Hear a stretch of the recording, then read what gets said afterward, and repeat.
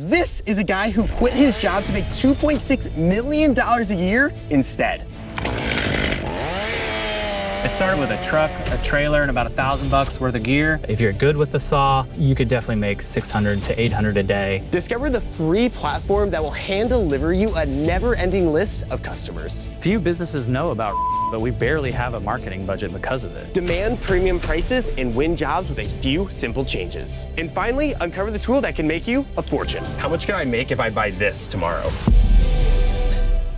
Andrew, great to meet you. What exactly does Austin Tree Amigos do? So Tree Amigos is an arboricultural expert tree service here in the greater Austin area. We basically provide residences, developers, commercial properties, expert tree services. So tree pruning, tree removals, plant health care, tree planting. Basically, if it's involved with trees, we do it all. The entrepreneurship story is always so fun. For you, tell us about where you started, how far you've come. Yeah, so my business partner, Austin, he started this company with a truck, a trailer, and about $1,000 worth of gear. He was able to service most clients, handle most jobs. Now we have 3 massive chip trucks. We have 4 wood chippers. We have this beautiful 72-foot platform track lift. We have a bucket truck. You know, we have all the tools you need to be an expert tree service. So I see you have workers over here pruning a tree. 2 questions for you. 1, what does pruning a tree mean? And 2, do you need equipment like this to get started? Yeah, pruning a tree is basically using saws to reduce the size of a tree, take parts away to achieve homeowner goals. You do not need something like this. This is an exceptional tool that we just got last summer, but you know, you can really just start with a pole saw and pole clips, no problem. And I know you have those over here. Let's go check those out. We do, let's take them, take a look. We've got these tools in our hands now. What am I holding here? What do they cost? What do they do? Talk to us about that. Yeah, absolutely. So this is a pole saw. So these tools are incredible when you're getting started out because you can do a lot of the work from the ground. You don't really need to be able to be a tree climber to do a lot of the pruning you need to do. So this pole saw is pretty sweet. It's very, very sharp. It can cut, you know, up to 12 inches in diameter, even bigger if you're very aggressive. And then these are the pole clips. This is kind of for the fine detail work. So after you've taken the bigger chunks of this, you come back in with this to make that fine, you know, detail that really gets the customers happy. How do you determine which branches need to be pruned and which ones need to stay? That is the art and science of arboriculture. You know, it takes a lot of experience, but I would say when you're getting started, cut small, take a step back, take a look. So, you know, if the goal is to get 6 feet off the roof, you want to take a lot more small cuts to get that 6 feet as opposed to one big cut. The less big cuts, the better. So start small and work your way up. And then, you know, as you do it more, you'll gain more experience and you'll have a better idea what to cut. How much does a job like this make you? I mean, what are the gross margins? So a job like this, you know, it's a full day for a 3-man crew. You know, we're trying to get about $2,400 for that. In revenue? In revenue, which is about, you know, $100 a man hour for that day. And then in terms of margins, you know, we'll probably get about 18 to 20% in margins on that revenue. Is it typical in this industry to do it by man hours? That's a term that I'm hearing a lot. Yeah, I think so. You know, that's how we learned to do it at Bartlett Tree Experts. And that's how a lot of companies do it. It's really hard to get a good idea of what your business is doing if you don't use man hours as your justification for revenues and profits. Well, show us how this is done. Let's see a masterclass in pruning a tree here. Oh, just like that. Just like that. How did you and your partner get into this business together? So Austin and I were friends in middle school. We've been friends a really, really long time. You know, we were friends through high school, then we went separate ways for college. He got a degree in video game programming. I got one in urban forestry. You know, after school, I started my job with as an arborist with Bartlett Tree Experts immediately. He came back to town and, you know, he kind of realized maybe video game design wasn't for him, and he started working at Bartlett Tree Experts in the meantime. He kind of caught the bug and was doing weekend work, you know, running his own show. And he was making as much in one Saturday that he was making all week with Bartlett. Yeah. So he realized he could do it a full-time thing. Finally, a regional manager just told me I was replaceable. Oh, no. Work. Yeah. So after 8 years of working for the same company, my regional manager told me I was replaceable. So I started planning my exit. You know, I quit, went on a very long vacation, and then when I came back, started working at Tree Amigos. A few months in, Austin asked me if I wanted to join up with him, join forces. and build this company. You know, I didn't hesitate at all. I liquidated my 401k and How much was the 401k that you liquidated? I only had 44,000 in there, and so I took a hit in taxes, but I didn't work that much that year, so I didn't really have that much of a tax burden. But yeah, so I put that 44,000 in. I had also gotten a Toyota Prius from Bartlett for $4,000. I sold that to the company for $8,000 and 5% in stake in the company. And then I got to still use the car, keep the car, but I didn't have to pay for gas or insurance anymore. So it was a win-win for me. We just got done pruning the tree. I think a really cool looking work truck over there. So let's go take a look at it. Let's go. Walk me through your trucks and how you organize everything. What were the thought processes that went to the system, storage bins? Yeah, absolutely. So, you know, starting here, this is where we keep our gas, oil, grease, the soap, and our herbicide. This is where all the like corrosive, nasty chemical liquids go. This next box is the saw box.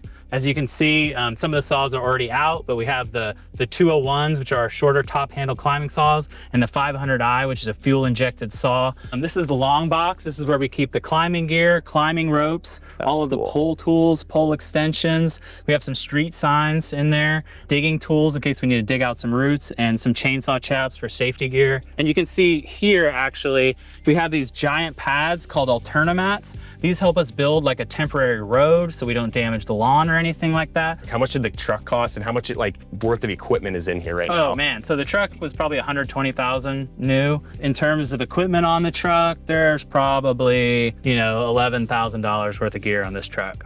So we got our chainsaws in hands. I mean, how much can we make with this? What kind of jobs are we doing with the chainsaw? Yeah, I mean, it depends on your market, but you know, a lot of markets, you can get a lot of work with just a chainsaw, you know, felling trees, you know, cutting up firewood. You know, I'd say you could definitely make 600 to 800 a day.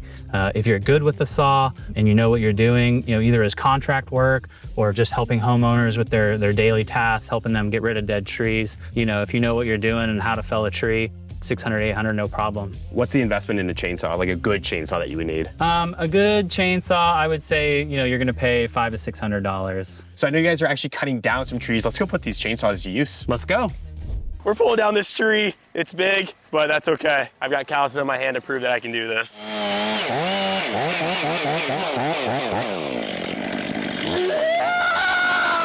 That was awesome.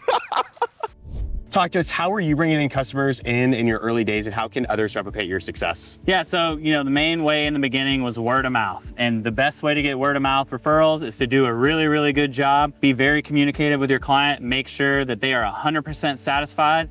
And then the big, most simple one is ask for the referral. Most important part. When, you know, you finish the job, they're super happy, they're at their most elated, say, hey, I'm really trying to grow my business. If you could refer us to your friends and family, we would really appreciate it. That simple sentence is great. The other thing I really like to do, I call 4 corners, pardon my dust. When you first get to the job, you go to all of the 5 or 4 neighbors next to the job you're working at. You knock, you say, hi, we're gonna be next door. We're gonna be making a lot of noise. Sorry about that. Here's my card. If you have any questions or concerns or need some help yourself, give me a call. You know, it's a great way to spread your, you know, brand and your service in the beginning. That is a really good tip. I love that part. I want to ask, like, what safety protocols do you have in place when cutting down trees? Any horror stories? Yeah, so this is an exceptionally dangerous job. There's danger at every corner. You know, we have all sorts of safety protocols in line. You just have to make sure they have the tools, you know, the techniques to stay safe. In terms of a horror story, the guy who actually just climbed up there, once it was him and I, we were working at a house and a deck, and we had a 16-foot ladder up on the edge of the roof, and it had just drizzled a little bit that morning. Oh no. So he started climbing the ladder. He didn't have someone holding the ladder, and it slipped out from under him on the wet deck while he was about 12 feet up, fell all the way down, slam onto the deck, somehow was miraculously completely fine, just a bruise. And we implemented, you know, if you're gonna go up a ladder, someone has to be holding it. Simple rule, should have already been in place. Actually was mostly in place, but there were only 2 of us and I wasn't available. From then on, you know, that became much more strict. It is getting chippy out here. Let's dive to our fan blitz with Andrew. Andrew, you ready for these? Yeah. What's the tallest tree you've ever climbed? 110 feet. What's your best, you won't believe what happened at work today story? Made twice as much money as I thought I was going to. That's a good day. What's something about trees that would blow people's mind? They can communicate underground through a connection with fungi. What's the single most profitable job you've ever done? Water treatment plant, tree protection plan, made $250,000. Basically, the whole thing was returned at $250 per hour.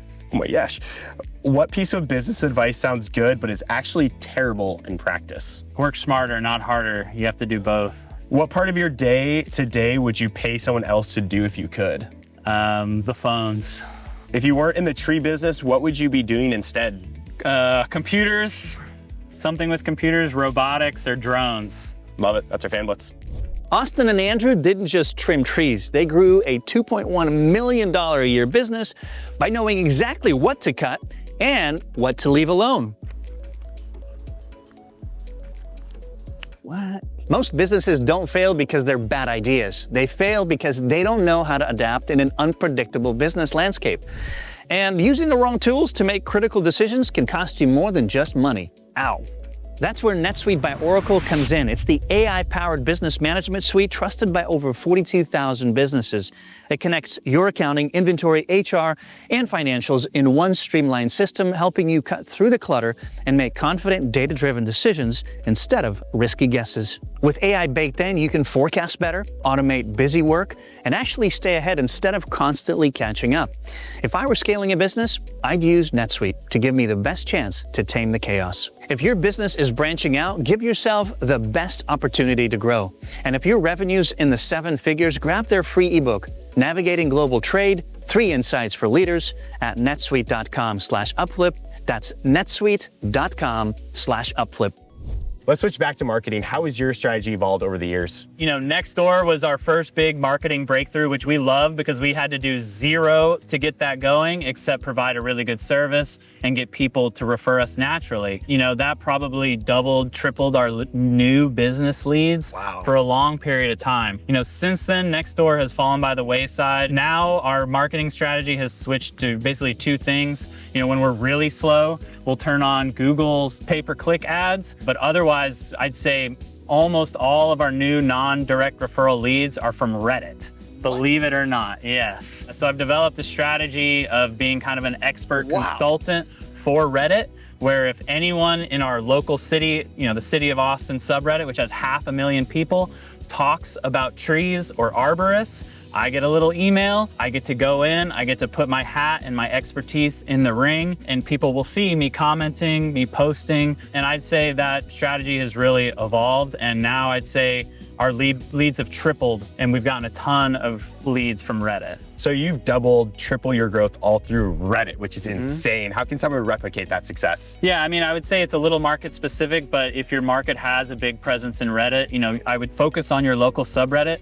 What I did to really gain success, I can't sit there just waiting, watching Reddit all day for someone to post about something relevant. I'm busy. So I set up something called an if this then that statement, which is a website called if this then that. You can actually get a few statements for free. And basically what it does is you set it up, it says, if anyone in this subreddit says this word, for me it was tree or arborist, then send me an email. And so I set that up so that anyone talking about trees, anyone talking about arborists in the subreddit, I would get an email. And so I would get this notification, hey, it's time to log in, you know, throw your hat in the ring. And then the other big thing is, you know, I just have the expertise. I'm a board certified master arborist. I've been practicing trees in this area for 14 years, so I know all the answers. Yeah. So by, you know, quickly being able to provide those answers to people, you can easily build that credibility, that expert status. And even if you don't know those answers, you can do the research on their questions, and that'll help you grow to figure out the answer, and then you provide them with the answer, and they really appreciate that for you. And when you reply, you know, they get a direct message from my business account that says Austin Tree Amigos. So every time I'm commenting, someone gets a message, Austin Tree Amigos, Austin Tree Amigos, Austin Tree Amigos. So it's almost a free form of top of mind advertising whenever people are discussing your particular service. If this duo sets your ambitions into overdrive, we'd appreciate if you like and subscribe to this channel. It helps us bring more and more inspiring entrepreneurs onto the show. So talk to the viewers here. Everyone cares about revenue. Talk about your guys' revenue. Where does it come from? What's most profitable for you? Yeah, so revenue is about 1.8 million last year. I would say twice as much of that revenue is from pruning as it is from tree removals. In terms of revenue per hour, for something like this, we'll get anywhere from $100 to $110 per man hour. With our plant healthcare services, we'll get anywhere from $200 to $300 per man hour. The 1.8, you know, most of that is residential. I'd say probably 85% of our business. Commercial and municipal is probably the final 15. Tree removal is probably 30 to 40% of our revenue, whereas pruning is going to be that other 60. I'd say the plant healthcare is probably anywhere in the 5 to 10% of our revenue at this point. But as I was saying, it returns a lot higher per hour. So we're really trying to hone in on, that's our next step of growth for the business, is to really hone in on that high return per hour service. So how do you go about pricing jobs, and how did you go about quoting something like this? Yeah, so pricing tree jobs can be a little tricky. The best salespeople, the best estimators, the best arborists all start at the bottom. So you start dragging brush, you start running ropes, you know, you're the grounds person, you're the low of the low, you're filling chainsaws. And so by doing the actual service, you will eventually learn how long it takes. When you get there and you're creating the estimate, you basically do the project in your mind, you assess everything, you think, how long is this part gonna take me? How long is that part gonna take me? You add it up, and then you apply the revenue per hour that you're trying to get to that hourly rate plus travel, and you do the math and you get how much you should sell. And then you also have to take in mind the client at that point. Is this client gonna be picky? Is this client, you know, very price conscious? Do I need to bring that down a little bit to make sure I get this job so I can get a presence in this new neighborhood because I'm trying to grow my business? A lot of times bringing that price down a little bit, you know, you'll lose a little bit on the profit side, but you'll get a foothold in a new area. You'll get new clients who are seeing how great your service is. Once they know how amazing you are, they're willing to pay for that extra service. Cool, this wood chipper looks insane here. I mean, what difference has this wood chipper made on your business? Where do all like the chips go here? Talk to us about that. The wood chipper is an absolute game changer. You know, obviously you have to combine it with a beefy tree truck like that, but it lets a 3-man crew just absolutely multiply their productivity. When you're working out of a truck and a trailer, you know, you're very limited by what you can fit in that trailer. One guy always has to be in the trailer cutting things up. So it really prevents your business bottleneck. I'd say the chipper and the truck, you're able to do 5 to 10 times more work in a day than out of a truck and trailer, easy. And how much did this thing cost you? This particular wood chipper is an 18-inch gas-powered wood chipper. This costs about $85,000 new. The dump is where these go. They call it the dump. It's really a mulch recycling facility. Interesting. So they take this mulch that we create, they grind it again, they add some dye, and then they sell it back to homeowners and us. So they get paid on both ends. We pay them to give them our debris, and then they pay us to take it back. I'm curious, what do you like do with like the debris then? So mulch is a critical component of plant healthcare. By adding a layer of mulch over the root zone of your tree, you can really increase the nutrient availability to your tree, the moisture availability. Especially in our region, mulch is kind of the magic potion. So we use that mulch again to make other trees healthier. Tell us about you and Austin's dynamic. Have you guys ever had any issues? How do you overcome them? Would love to hear all of that. Yeah, so Austin and I have been pretty much best friends since middle school. He's more of a things and machines kind of guy, and I'm more of a people and, you know, more of the bigger picture kind of guy. So, you know, our strengths both feed into the business in a perfect way. We're able to delegate tasks in a way that makes sense to play to both of our strengths. He handles a lot of the machines, a lot of the repair, a lot of the operation side. I handle a lot of the, you know, sales, marketing, branding side of things. And by combining our powers, you know, we've really been able to take off as a business. We do have arguments, disagreements, but it's few and far between where we're really on just a polar opposite on the decision making that we're doing. So, you know, more often than not, we're agreeing, you know, we're just coming together on how, now that we agree, how do we get this done? Now we're at Tree Amigos headquarters. This is the first Amigo, Austin McCoy, the heart and soul of the business, the one who really got it rolling. So we got a ton of equipment in here. I mean, do you own all of this? Do you lease it? Everything you see here we own. We'll occasionally rent equipment when something is down for a short period, but you pretty much should own everything. Talk to us, what are your overhead costs? So the number one is certainly payroll. We're on the payroll as well, but all in all, it's about 1.2 million a year. It's more than half the revenue. We do have a pretty cheap mortgage though. It's only about $4K a month, which is, yeah, that's a lot less than you'd pay for commercial property, which would be on the order of 10 to 20K even for a property like this. And we feel comfortable investing in the property, improving it, knowing that we do own it. And then inventory as well, give us that number as well. I mean, how much are you guys investing typically during a year? Investing, I'd say, new purchases, new equipment might be 200 to 300K a year, roughly. We're sinking into that, and that eats up pretty much the profit as we're still growing. Sweet, so looking at this table here, we got a lot going on. And what type of equipment do we have? Yeah, so this is one of our best climber, Gabe's pretty extensive equipment setup. He has a climbing harness here. This is a pretty top of the line one. What's the cost of something like this? Straps. The harness itself, bare bones with the shoulder straps. None of the other hardware is around $900, I believe.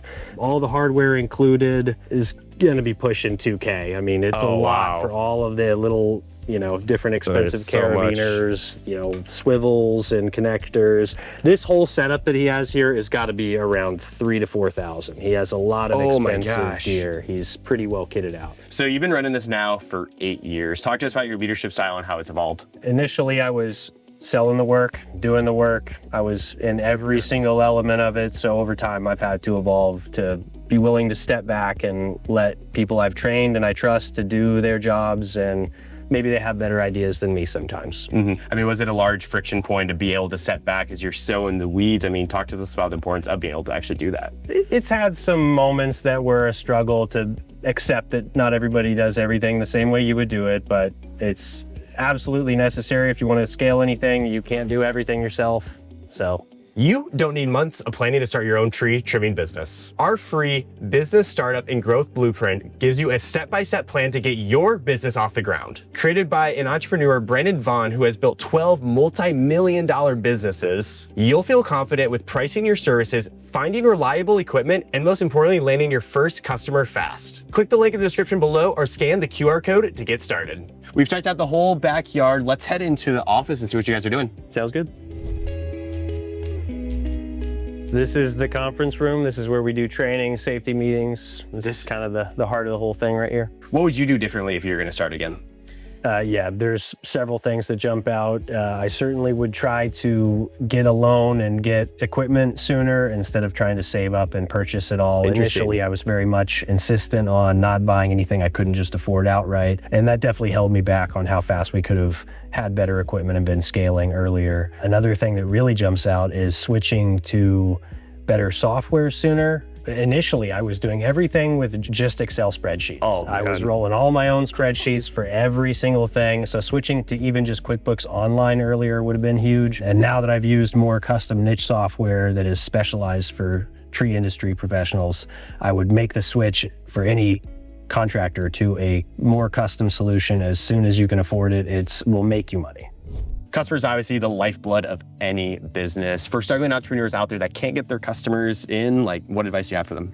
Yeah, I would say, when you do get a job, do your best job as possible. And then when you finish, right at that point where they're the happiest, ask for that referral. Say, hey, I'm trying to grow my business. If you know anyone else looking, please send them my way. The other thing I would say is, just try. Every market's a little different. You got to try everything to find what works in your market, but you got to try it all. Digital is huge. It scales massively, but sometimes with a local service company, that can be a little tricky.